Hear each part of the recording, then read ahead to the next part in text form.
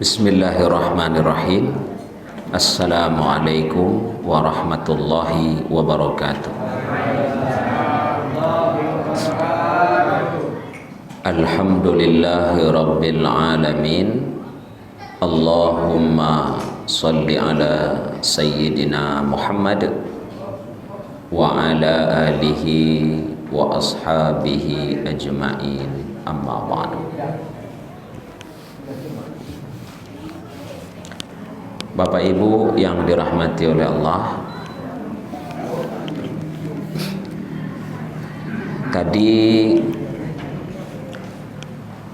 Bapak Imam kita membaca doa, Allahumma khtim alaina bihusnil khotimah. Ada tambahan lagi di situ tadi. Ya Allah,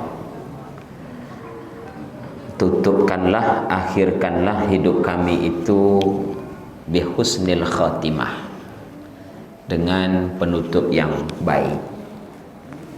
Wala takhtim alaina, betul ya Bang ya? Bisu'il khatimah, dan jangan engkau akhiri hidup kami ya Allah dengan su'il khatimah. Jadi artinya doa ini memang diajarkan oleh Nabi SAW supaya kita meninggal dalam keadaan baik. Judul ceramah kita malam ini Su'ul Khatimah. Jadi kita memahami yang dimaksud dengan mati tak baik itu macam mana. Yang mati tak baik itu macam mana?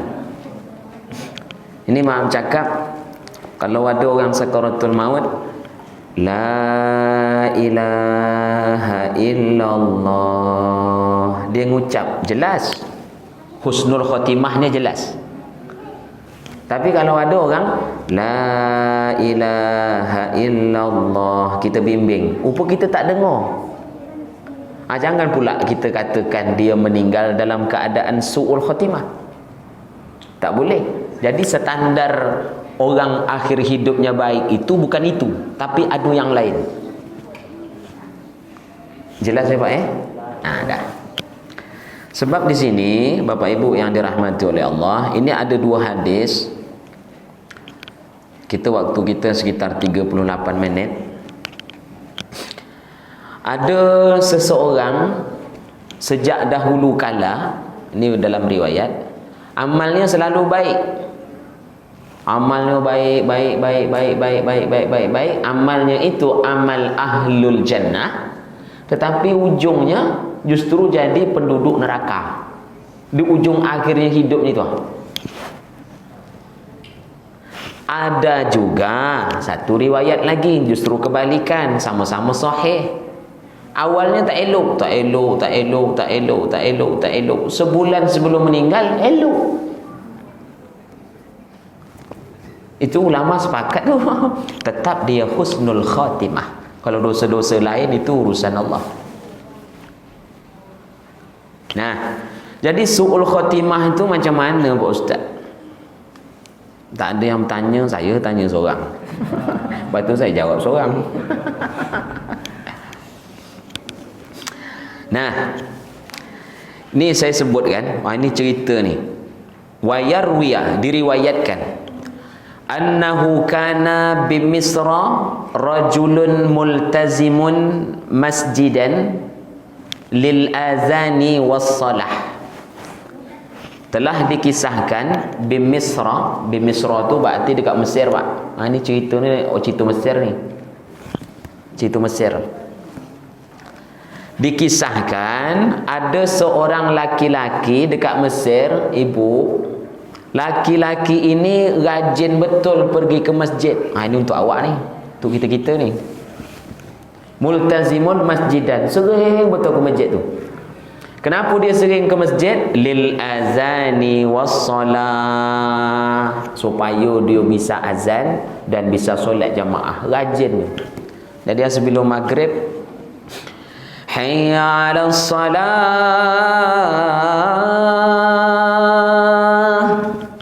Kang Isyak gitu je, hayya 'alal falah. Ngajak orang semayang, ngajak orang elok. Itulah kerja dia, Pak. Seorang laki-laki di Mesir, dia selalu mengajak orang solat. Kemudian wa alaihi bahaul ibadah wa anwarut ta'ah, sehingga di kampung itu dia dikenallah dengan seseorang yang ahli ibadah. Dia kata orang kampung, muka dia bercahaya, baguslah. Kalau awak ni lah, yang tua ni Pak kan, kalau memang aku ada anak perempuan seorang, memang nak aku jodoh dengan dia ni. Itu Pak ya. Cepat benar. Pak Ketua sihat. Kami cerita su'ul khatimah ni, bukan husnul dah. Kami tak main lagi dengan husnul dah. Nah, subhanallah Bapak Ibu, kalau dekat Arab tu, maaf kalau di Mesir ya Pak ya, apalagi kalau kita tengok video klip Bilal, kan ada tu cerita tentang Bilal dulu azan. Kan azan tak sama macam awak sekarang. Awak sekarang azan kan dekat dalam ruangan. Orang zaman dulu Ibu, kalau azan tu dekat atas menara. Ni.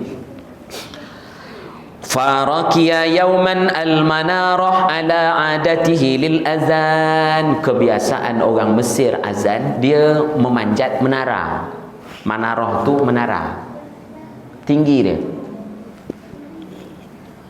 Dah. Ni siapa yang azan sini, siapa? Tukang azan? Mahpud.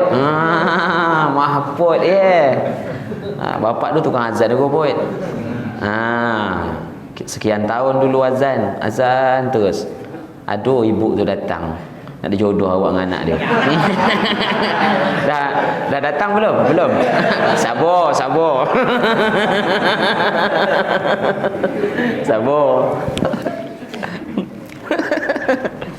Jadi dia manjat azan macam mana biasa. Wa kana tahtal manarah darun linasraniyin zimmiyin.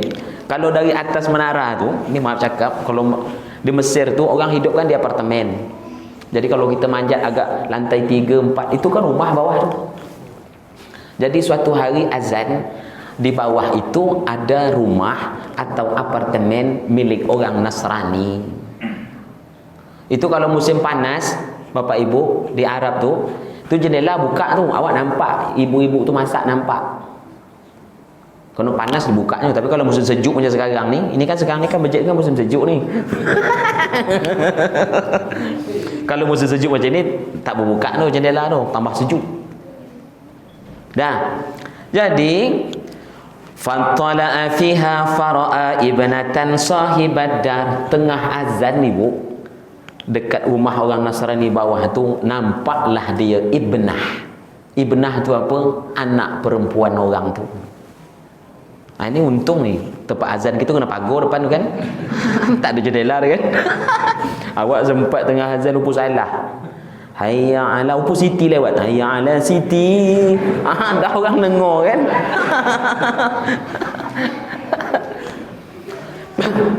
Subhanallah Pak.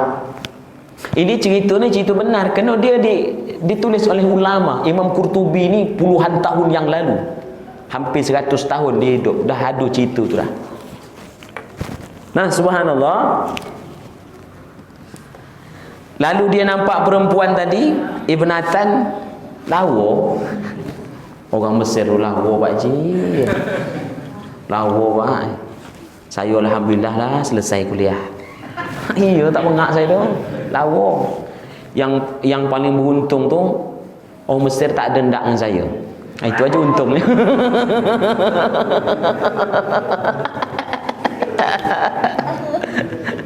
Ada ya. Ke mana pergi ceramah tadi? Faftatana biha wa tarakal azan. Dia nampak sedang azan, anak gadis orang tu lawa, maaf bapak, langsung mulai jatuh cinta. Azan, suara dia azan, tapi hatinya sudah mulai berkecamuk dengan perempuan itu. Wa tarakal azan, lalu dia meninggalkan azan. Dah. Wa nazala ilaiha wa dakhala ad-dar. Ini pun Lalu dia cari turun ke bawah, pergi ke rumah orang tu. Lalu dia mengetuk pintu. Tu, dia buka budak tu pintu. Tambah berdebur. Faqalat lahu, sang tukang buka pintu langsung berkata, "Ma sya'nuka?" Orang Arab Pak, kalau bercakap tercampak jantung awak Pak. Kalau dia cakap lemah, bedo dengan orang awak. Bu, ngantuk? Tak sedap ceramah saya.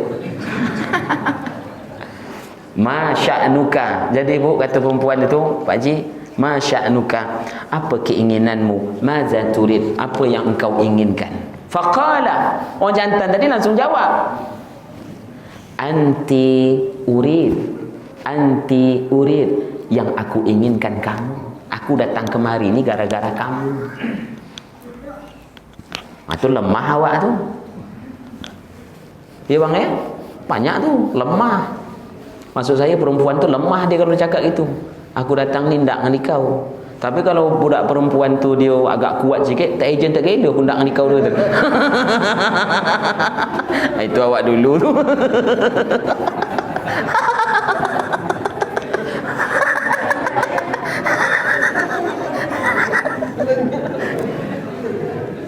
Dan saya tak ingat dulu saya degil sikit. Ada cewek tu lawa dulu sekolah. Lawa di sekolah, cuma saya kena agung kawan ni. Dia kalau dapat budak tu tu dia. Jadi saya pujilah budak tu, cewek tu kan. Tapi budak tu garang Pak. Saya pujilah, mak lawa betul lagi ni. Maka sumpah aku di kau tu. Jadi kena sumpah langsung saya Pak.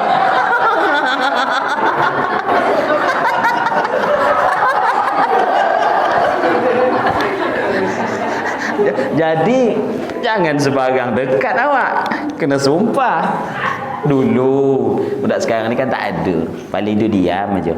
Iyo nak? Iyo? Tak ada. Dah. Qalat limaza, kata perempuan tadi, kenapa dikondak dengan aku? Qala laha, lalu laki-laki tu berkata, tukang azan tadi pun, qad salibti lubbi wa akhasti bi majami'i qalbi. Maaf cakap kalau bahasa awak, wahai gadis yang cantik, engkau telah mencuri hatiku. Dah ada dulu dah. Budak sekarang ni bukan pandai puisi.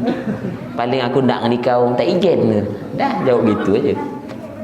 Qalat, perempuan tadi berkata, la ujibuka ila raibah, aku tidak akan memenuhi ajakanmu pada suatu yang ragu. Perempuan tadi kuat Pak. Walaupun dia seorang Nasrani, ibu, tapi dia kuat. Aku tidak mungkin memenuhi ajakanmu pada sesuatu yang aku ragukan. Lalu laki-laki ini berkata, atazawwijuki, aku akan menikahimu. Dah. Lalu perempuan tadi berkata lagi, faqalat lahu anta muslimun wa ana nasraniyatun. Kalau bahasa lembut, wahai sang tampan, engkau seorang muslim, aku Nasrani. Wa abi la yuzawwijuni minki, ayahku tidak akan mengizinkan aku menikahkan dengan, karena engkau seorang muslim. Kena cintanya dah berkecamuk, hati tu dah berkecamuk. Lalu dia berkata, laki-laki tadi, atunsir, kalau aku masuk Nasrani bagaimana?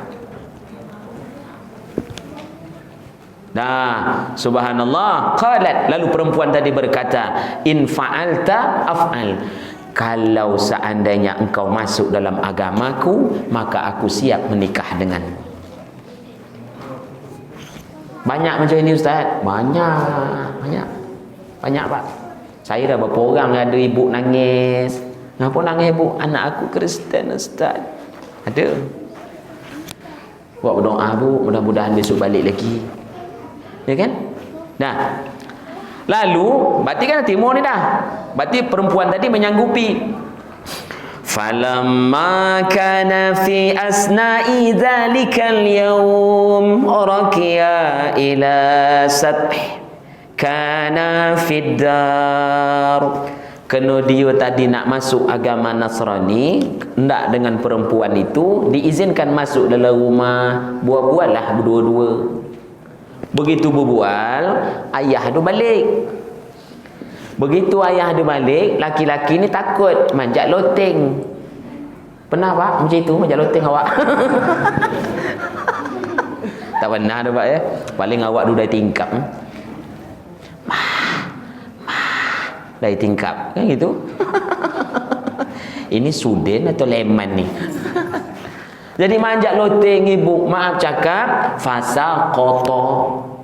Begitu manjat loteng, salah pijak, tercampak, famata, langsung mati. Jelas ceramah saya?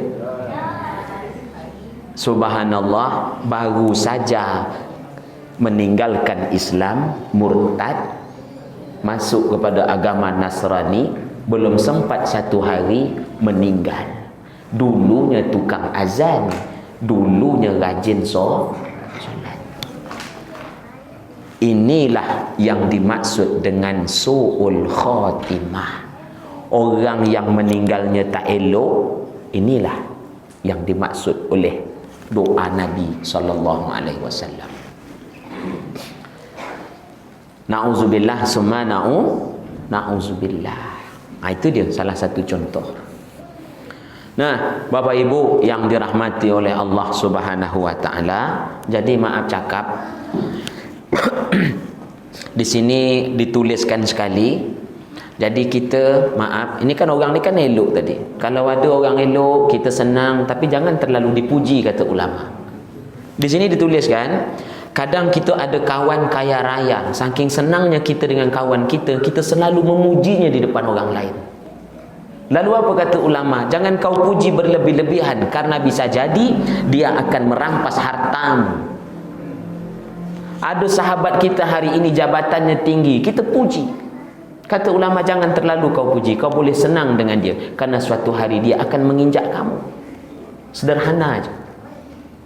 Jadi maaf cakap, maaf nih, hari ini kita tukang azan, hari ini kita tukang ceramah, hari ini kita rajin ke masjid. Maaf, jangan terlalu disenangkan di sini. Sebab kita tak tahu apa ujung dari akhir hidup kita. Na'udzubillah summa na'udzubillah. Kita tak tahu. Nah, subhanallah, Bapak Ibu yang dirahmati oleh Allah, bahasa Imam Qurtubi ni sangat indah. Jadi ada syair sekali sini. Syairnya apa bunyinya? Fakam min raudatin amsat wa zahruha yani'un amim, fa asbahat wa zahruha yabis hashim. Apa artinya itu Ustaz? Berapa banyak taman-taman yang kita lihat mekar dengan bunga-bunganya yang indah, berwarna-warni, tapi suatu hari dia akan ditiup angin lalu menjadi sirna. Hari ini kita tengok taman penuh dengan bunga-bunga, ya Pak kan? Kata kita bunga tu selama-lamanya cantik. Bunga apa namanya tu? Bunga anting putri kan? Anting putra. Kan anting putri Pak, mahal Pak kalau jadi. Sekitar 2 juta tak jual orang tu dah. Berapa banyak bunga yang mekar di taman, kita kira dia mekar selama-lamanya, tapi hembusan angin meniupnya, pum, habis. Nah, subhanallah, Bapak Ibu yang dirahmati oleh Allah Subhanahu wa taala. Kisah yang berikutnya. Ini maaf cakap nih, Ibu, ini nampaknya memang kisah-kisah orang jantan aja ni. Ada lagi kisah orang yang meninggal su'ul khatimah, akhirnya buruk. Ada seorang laki-laki, anna rajulan alaqa bi syahshin wa ahabbahu. Ada seorang laki-laki jatuh cinta dengan perempuan, jatuh cintanya itu sangat dalam. Jatuh cintanya itu saking dalamnya membuat dia terbaring di atas tempat tidur. Banyak Pak, ada Pak. Memang tak ramai dia satu-satu, tapi kewalahan awak. ada yang manjat tower, ya bukan? Ada. Sampai dia terbaring di atas tempat tidur, membuat dia sakit berbulan-bulan. Lalu saking sayangnya dia dengan perempuan itu, falam tazilil wasa'id tamshi bainahuma hatta wa'ada bi ayyaudahu. Jadi maaf nih, upo yang sana Siti, yang dia ndak tu Siti ya Pak ya. Maaf ya Bu ya. Siti. Ini sakit leman. Jadi si leman ni kena terlalu ndak dengan Siti tadi, dicarilah perantara. Dicarinya orang jantan, orang tutur, tolonglah panggil Siti. Aku kalau seandainya Siti datang ni sehat aku ni. Alhamdulillah ada perantaranya. Bisa mujuk Siti, dikasihlah tahu leman sakit, dia ndak dengan dikau. Gitu. Alhamdulillah Siti ndak datang. Belum sampai dikasih kabar dulu. Leman, insya-Allah Siti datang hari ni. Gembira dia Pak. Gembira dia. Subhanallah, Siti tadi sampai tengah jalan tak jadi. Ini kisah dalam kitab Tazkirah. Sampai tengah jalan, Siti tadi berpaling. Aku tidak mau menemuinya. Aku tak mau jatuh dalam lembah kehinaan. Itu tadi tu. Hati itu kan dibolak-balik oleh Allah. Awalnya ndak, tengah jalan tak ndak. Baliklah Siti tadi. Begitu balik, kasih tahu lagi dengan leman, maaf man, Siti tak jadi datang. Subhanallah, Bapak Ibu yang dirahmati oleh Allah. Wa raja'a ila aswa'in makana bihi wa badat alamatil maut. Begitu mendengar dia orang yang dia sayang tidak sampai, tidak akan datang menengok dia sakit, maka dia bertambah parah sakitnya. Kita kan banyak macam itu.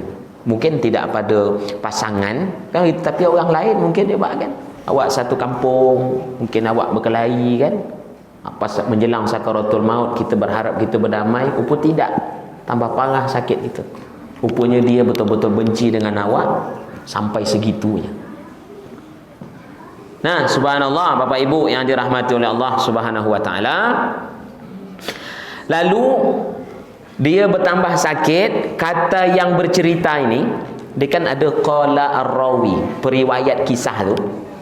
Orang yang menengok kejadian itu, dia berkata, fasami'tu yaqulu wa huwa fi tilkal hal, menjelang sakaratul maut, aku mendengar dia berkata, bersyair dia. Syairnya sedap betul Pak. Salamun ya rahatal alil wa bardun zullid danif an-nahil. Sebelum meninggal, apa artinya Ustaz?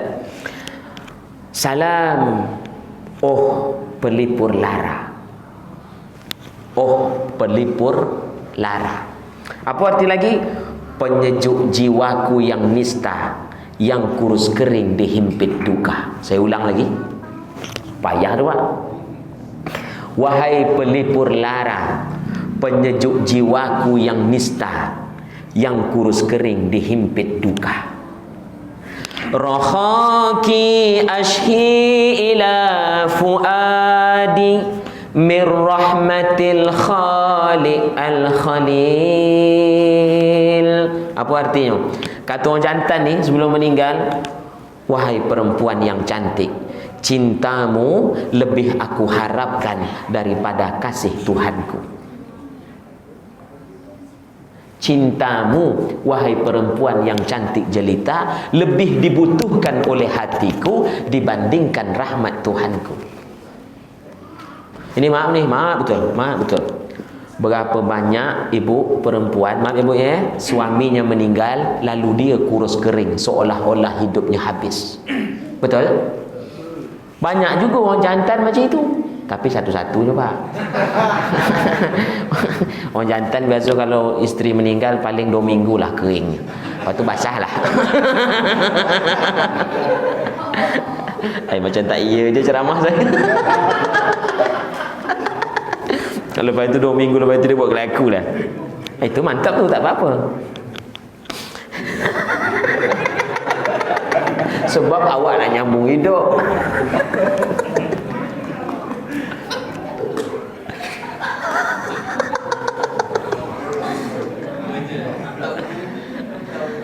Lalu orang yang nengok tadi langsung marah. Ya fulan ittaqillah, wahai si fulan, engkau sekarang sedang sakaratul maut, takutlah kamu kepada Allah. Kenapa kamu mencintai perempuan itu? Apa jawab laki-laki yang hendak mati tadi?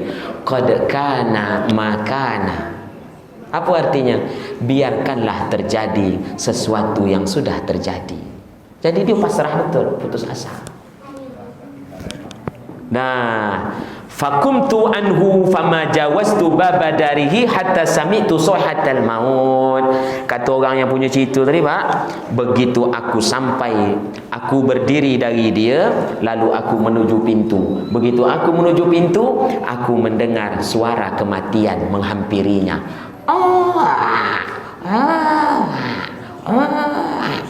Aku mundur lagi ke belakang. Dia betul-betul sakaratul maut.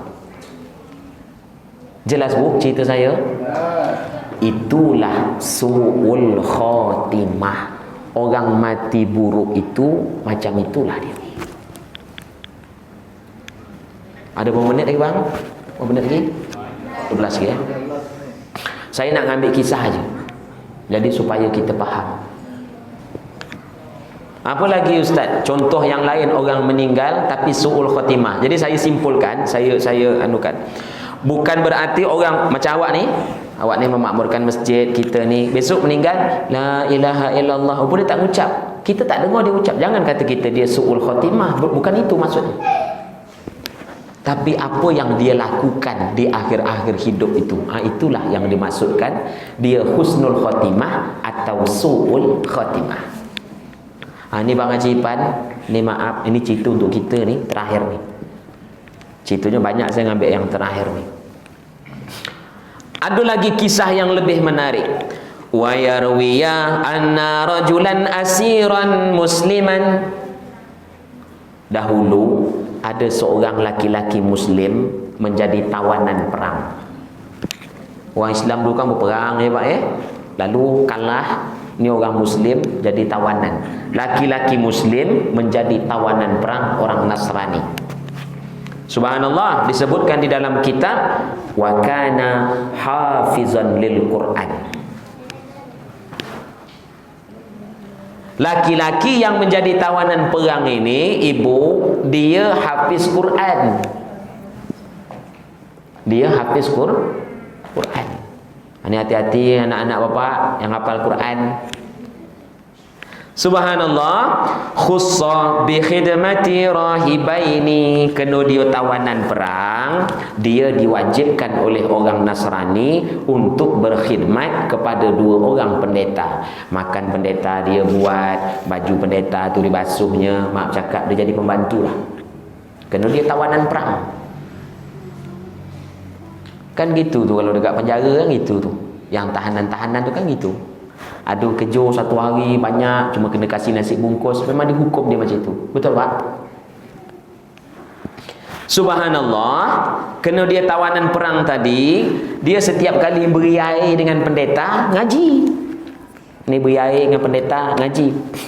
Was-samaa'i dzatil buruj wal yaumil maw'ud wasyahidin wa mashhud. Besok jumpa pendeta ngaji, besok melayan pendeta ngaji, besok ngaji, besok ngaji. Maaf, dijelaskan fahafaza min ayatil Quran kasirah likasrati tilawatihi. Dua orang pendeta tadi menjadi hafal Al-Quran karena dia selalu menerima hafalan dari laki-laki itu. Memang di sini disebutkan tidak banyak dia, tidak 30 juz, tapi banyak pendeta itu hafal Quran karena bacaan yang dia bacakan. Hidayah dari Allah, dua pendeta tadi masuk Islam. Justru kebalikan, yang asiran, yang penghafal Quran, yang menjadi tawanan perang tadi, dia tak mau balik ke dalam Islam. Kenapa? Pada waktu dia berkhidmat, dia digaji dengan duit yang besar. Pada waktu dia berkhidmat, buah-buahan segala macam dekat istana tu dia dapat semua. Lalu maaf cakap dua pendeta ini yang mengarahkan dia, irji ila dinika. Wahai seorang laki-laki, baliklah kamu kepada agamamu, karena agamamu membutuhkan kamu. Apa dia jawab dia? La arji abada. Aku tak akan balik kepada agamaku buat selama-lamanya. Fakutila, lalu dia pun terbunuh. Siapa yang membunuh? Dua orang pendeta tadi. Tapi pendeta tadi dah masuk Islam, dah cinta kepada Islam. Jadi pendeta ini berfikir dia dah memahami Islam, takut besok laki-laki ini menjadi munafik. Ada apa maksudnya? Yang itulah su'ul khotimah, itu macam itulah dia. Jadi kalau kita tengok dari riwayat ini, yang pertama, dulu dia beragama Islam lalu pindah agama. Itu Pak Haji yang dimaksud dengan su'ul khotimah. Atau yang berikutnya, orang yang su'ul khotimah ni dulu rajin. Ni kita rajin ke masjid, kita azan kan, kita macam-macam lah, kita rajin bersedekah. Awak takut besok pas di akhir hayat upur tak ada sesiapa nak mencalonkan, ya kan? Pertama lempo 300, tak ndak. Lempo 500, tak ndak. Upur sekali pas terakhir awak 65 tahun umur, lempo 5 juta. Berkunang juga awak. Helmet aku belum bayar. Kredit aku belum bayar. Upur lepas nimo besok meninggal. Itu yang awak takut kan? Dah saya simpulkan dari ceramah saya ini, kata Imam Qurtubi, orang itu akan selalu husnul khotimah akhir hayatnya apabila istiqama zahiruhu wa salaha batinuhu. Amalan zahirnya terus menerus, ke masjid dia terus, sedekah dia terus, melakukan amal baik terus, itu zahir. Itu zahir. Wa salaha batinuhu, batin dia juga baik. Dia datang ke masjid bukan kena manusia tapi kena Allah. Dia sedekah bukan kena manusia tapi kena Allah. Dia melakukan kebaikan bukan kerana manusia tapi kena Allah. Zahirnya elok, batin juga baik. Insya-Allah besok dia husnul khatimah, tidak su'ul khatimah. Jelas ya Pak Jelas Bu ceramah saya? Jadi malam ini kita khusus tadi su'ul khatimah. Baik, ada waktu 2 minit, 3 minit. Ada pertanyaan, silakan. Bismillah. Terima kasih Ustaz. Iya Pak, Pak Cik. Ustaz sedang menunjukkan tadi orang azan tadi itu. Tentu biasanya kita kalau sudah azan itu salat sunat ya. Jadi orang ini apakah dia nampak langsung berhenti atau dah selesai pekerjaan dia langsung tu mahal? Jangan Pak. Kan orang itu kalau azan tadi nampak seorang wanita tadi itu pada saat azan. Biasanya kita kan sudah azan itu salat dulu. Jadi yang tukang azan ni apakah selesai dia azan atau dah selesai azan langsung ke rumah? Yang cerita tadi ni. Cerita tadi ini maksudnya dia meninggalkan azan. Ni maaf ni, saya melihat ada 2 versi cerita. Salah cerita ni, pertanyaan Pak Haji ni betul juga. Pemahaman yang pertama, dia begitu selesai azan dia langsung pergi. Berarti azannya selesai, langsung dia pergi sehingga dia tak solat lagi. Itu disebabkan yang perempuan tadi. Tapi maksud dari perkataan ini, versi yang lain, watarakal azan itu sehari-hari dia tukang azan. Rupanya meninggalnya bukan pada hari itu kejadian jatuh tadi. Rupanya watarakal azan itu dia meninggalkan amaliyah azan dia tadi. Jadi besoknya dia tak azan lagi, jumpa dengan perempuan tu. Besoknya dia tak azan lagi, jumpa dengan perempuan tu. Begitu Pak. Itu maksudnya. Jadi maaf, yang dimaksud dengan tarakal azan tadi bukan di tengah azan, misalnya apa? Asyhadu anna Muhammadar Rasulullah. Lepas tu hilang suara, tak ada kan? Bukan itu maksudnya. Tapi maksudnya itu dia sudah selesai azan. Satu versi kisah. Saya Bu, Bapak, kalau nak ceramah ni saya merujuk beberapa kitab. Saya takut apalagi ada TV-nya. Saya takut ceramah gitu tu salah, ya kan? Kita salah memahami bahasa Arabnya salah. Gitu. Itu pemahamannya wajib. Tapi dulu ada kawan saya cerita, dia pernah jadi kawan dia muazzin kat Pekanbaru. Dia azan, Allahu Akbar, Allahu Akbar, jamaah tak ada datang. Besok dia azan lagi, Allahu Akbar, Allahu Akbar. Dia sedap tujuh azan kat sini. Jamaah tak datang.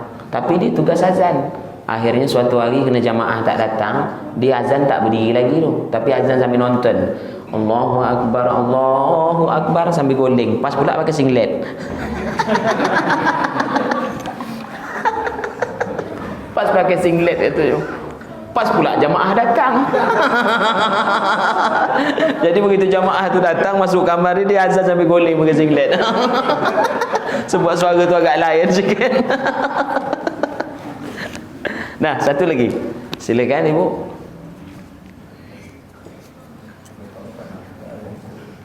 Tak ada. Sebab dia dah final tadi kan. Jadi Imam cakap ni, hari ini kita dapat ilmu, ada orang melakukan amal baik menjelang meninggal, la ilaha illallah, upun dia tak ucap, itu bukanlah standar untuk kita mengatakan dia su'ul khatimah. Bukan itu. Sebab kita banyak tak dengar dia ucap la ilaha illallah. Su'ul khatimah atau husnul khatimah itu amaliyah dia hari-hari tu. Itu dia. Kadang saya jumpa Pak, di masyarakat itu ada, tadi alhamdulillah di hujung akhir tadi aku dengar dia ucap la ilaha illallah. Kan itu sehingga kita ponislah dia husnul khatimah. Kadang tak ngucap lalu kita ragu. Aku tadi bimbing dia tak ada ngucap. Lalu seseolah dia su'ul khatimah. Bukan itu.